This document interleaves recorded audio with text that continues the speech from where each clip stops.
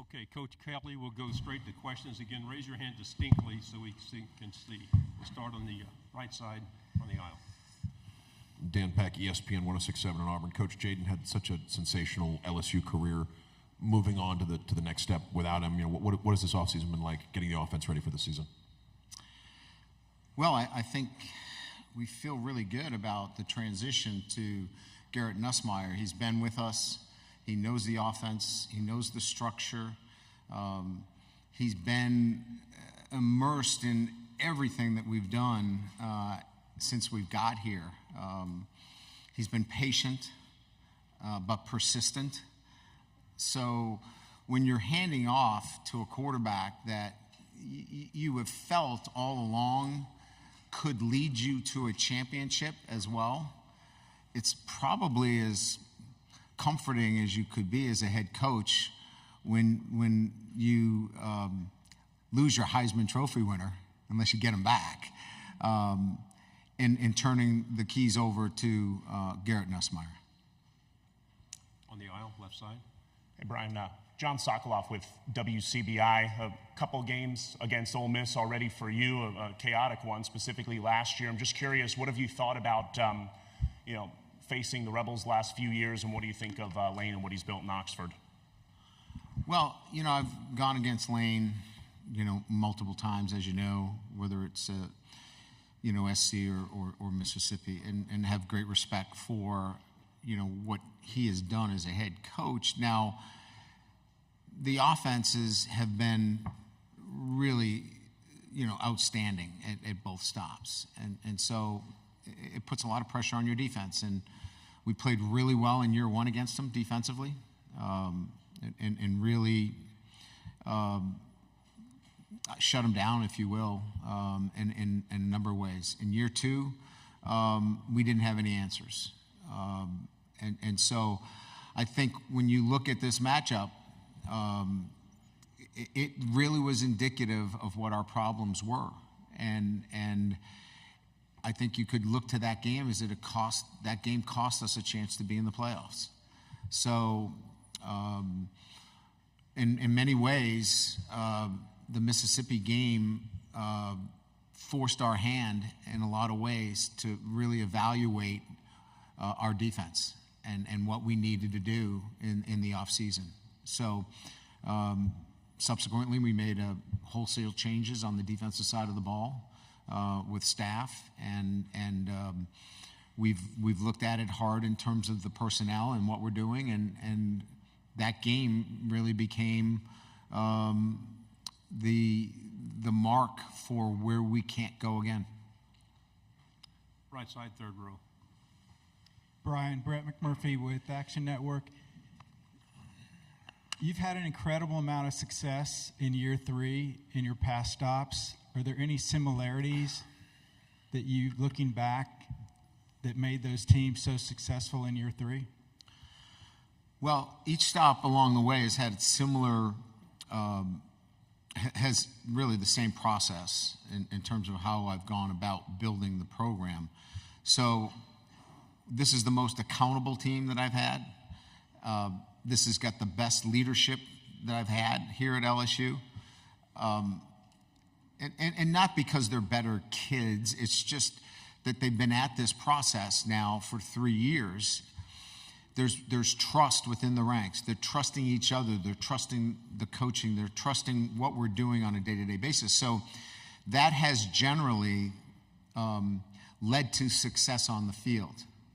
Now, all those teams in year three have caught the ball, tackled the football, played their best when their best is needed, all those things we haven't done yet. But the similarities are what I've just laid out, is they've been the most accountable, they've been the most trusting, they've had the best leadership, and this team does as well. I know it's before the season, but does this team have some of the characteristics of those other teams? It does. In year three? Yeah, it does, and I guess that's what I was saying, is that this team does, because we're able to see that on a day-to-day basis, even in the off-season, because we track all that. So we clearly can see that this football team is on that same track. Left side on the aisle. Tyler Shaw with KBTX at College Station. You've hired Mike Elko on your staff before as a defensive coordinator. Just curious your thoughts on playing against him as a head coach this year, and just what he brings as a coach, and playing Texas A&M. Yeah, Mike is a very so everybody's smart, right? But he's a smart football coach. And when I say smart, I don't mean intellectual, though he's got a degree from an Ivy League school, so we could say intellectual as well. But he's a smart football coach. He understands the game, and he's going to play to his strengths, offense, defense, special teams. I think what makes Mike a really good head coach is that he's not just going to be a defensive coach. He's going to make sure that he oversees all of the units because he knows it goes to winning. And I think that's why Mike's going to do very, very well at A&M. Third row, left side. Bob Ballou, CBS Austin. Texas football's come a long way since you faced him in 15 and 16 at Notre Dame. What makes a school SEC ready, and what are some of the challenges Texas faces and Sark's build to get to this point? Like if you take a snapshot, right? You take the Texas-Alabama game last year and say, well, they're SEC ready, right? I mean, they beat Alabama. But what happens is the guys in the front row that you talked to that year, they graduate. And so in the SEC, it's the ability to fill those seats again the next year. And then it's the ability to play the rigors of an SEC schedule week in and week out. So I think the medal is replacing those guys and then playing the rigors of that schedule week in and week out. So it's not just a snapshot in the SEC. It's really it's a long film. And if you can go through the rigors of an entire schedule, you're SEC ready. In the back on the right. Coach, you spoken on defense just a little bit ago. P.J. Woodland, one of your new talents. How has he impressed you, and really what made him so attractive coming out of Oak Grove High School? I think there's a couple of things. I mean, look, to play corner, you have to have, in my opinion, you have to have three things. One, you got to be able to play the ball down the field. There are many guys that can be in man coverage, but the ball's in the air and they can't find it. The second thing is you got to be able to tackle. And he's a ferocious tackler. He loves to tackle the football. And finally, you got to play some man-to-man coverage. You got to be able to play on body, and you got to play man. And he could do those three things. Now, he was 157 pounds when we got him on campus, 159 pounds. So the physicality and getting stronger and all those things and kind of similar to what I was talking about the rigors of playing in the SEC, you got to be able to duplicate that week in and week out. So this is going to happen for him. It's just going to take a little time as his body physically develops. And when he physically develops, he's going to be a really good football player. Left side.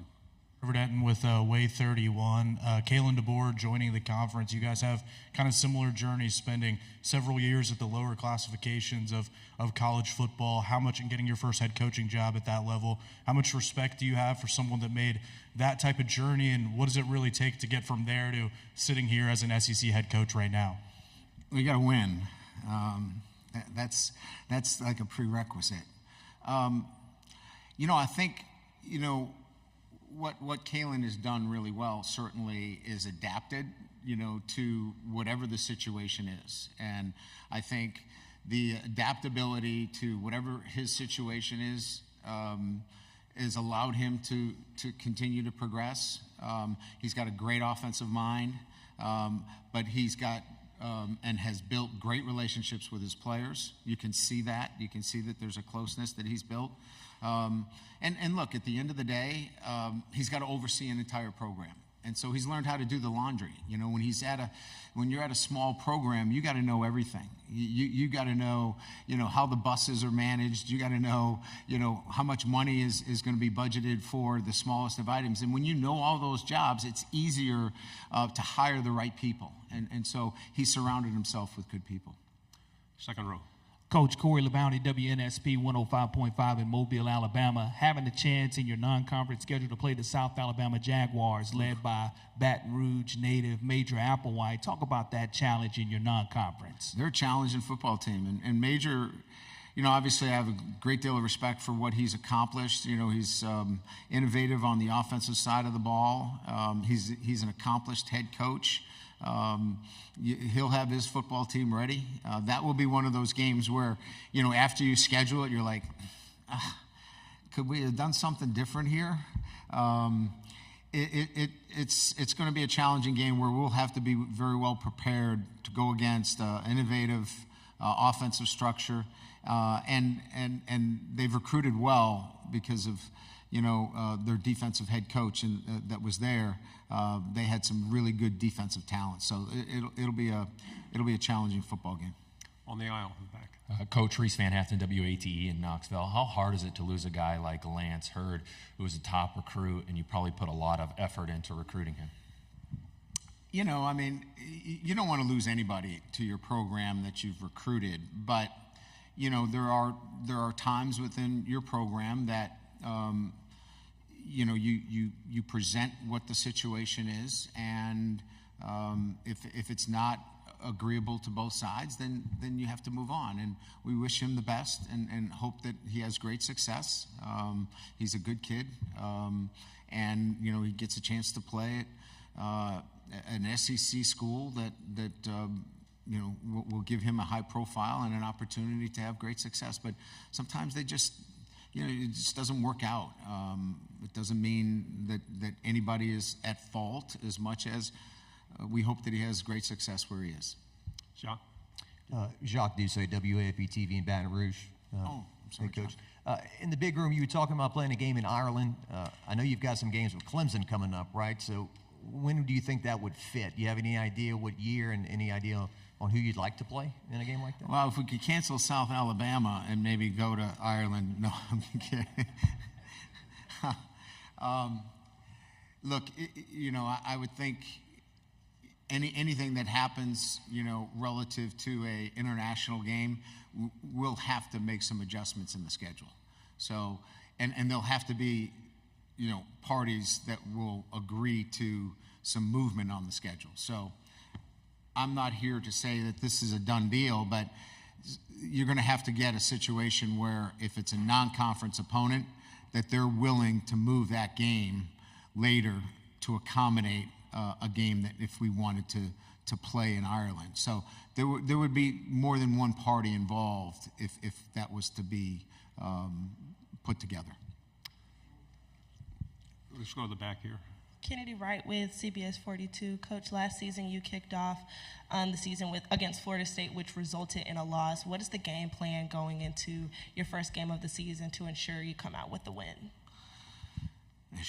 Well, if I knew I could ensure a win, I probably would do it. I'm not going to, we're not going to change our preseason, ritual or program or, how we do things. I really like what we do. I think it's smart. I think it's safe. I think it takes into account the proper rest. So our football. Look, if I felt like when we played Florida State we were lethargic or tired or our legs looked like we were in mud, jumping offside or things like that, then I would make adjustments. We didn't play well enough against Florida State. And that was year two. And so what happened in that game is it exposed what was a real weakness for us. And what appeared to be, which was a weakness, was our defense. So we're going to continue to prepare the same way for USC. But we've addressed what I thought was our weakness in the offseason. And we're building towards having that weakness supported going into the USC game. Two final quick questions right here on the front row. We got to let the coach go. AP Stedham, AP and Kelly, as we see at Syndicated Radio. Good morning, Coach. Good morning. Coach, scheduling USC and UCLA in the same year, I think Notre Dame did it, but I don't know of any other team. And what do you see from the three players? What do you want to see different from them they haven't displayed thus far, Garrett and Mason and Harold? I think if we start with Mason, You know, he's here because I think he's been overshadowed. You know, we had 3 first-round draft picks, and I don't believe, got the kind of notoriety that he really deserves. So I don't know that there's a lot, but I think he's going to be a focus of our offense. And so I think you'll be able to see his ability to inline block, his ability to be spread out and catch the football and really make an impact within our offense. So I don't know that there's more he can do. He's been a great leader for us off the field. Harold Perkins is going to be in a role that allows him to play from tackle to tackle, which he did not play in the box for us. He played outside the box for us last year. He played on the edge of our defense. So you had a choice to run away from him. You had a choice to scheme him. He's going to play in the middle of our defense. And then we'll be able to move him around in situational times. 3rd down, you know, we can move him around. So I think we're going to ask him to do that, and I think he feels really good about that. Garrett Nussmeier is going to be our starting quarterback, so he's going to go from holding a clipboard to, you know, being the guy. And I'm really excited about that. So, and he's been a great leader for us. He's been truly somebody that has held everybody accountable. Do you feel like you're being overlooked this year? I don't know that from my perspective that I spend much time thinking about expectations, being overlooked, underlooked. I focus really, and this is all I've done, is how we stick to what we do, our process every single day. And if we're doing that, then the outcomes take care of themselves. And I really don't worry about those other things because I can't control them anyway. So there's so many good football teams. I mean, it's the SEC. I mean, you could say there's, you know, 8 teams, 9 teams, 10 teams that all can compete for this championship. And you could make that argument. So I don't waste my time with that. I focus strictly on our process. Thank you, Coach. Thank you.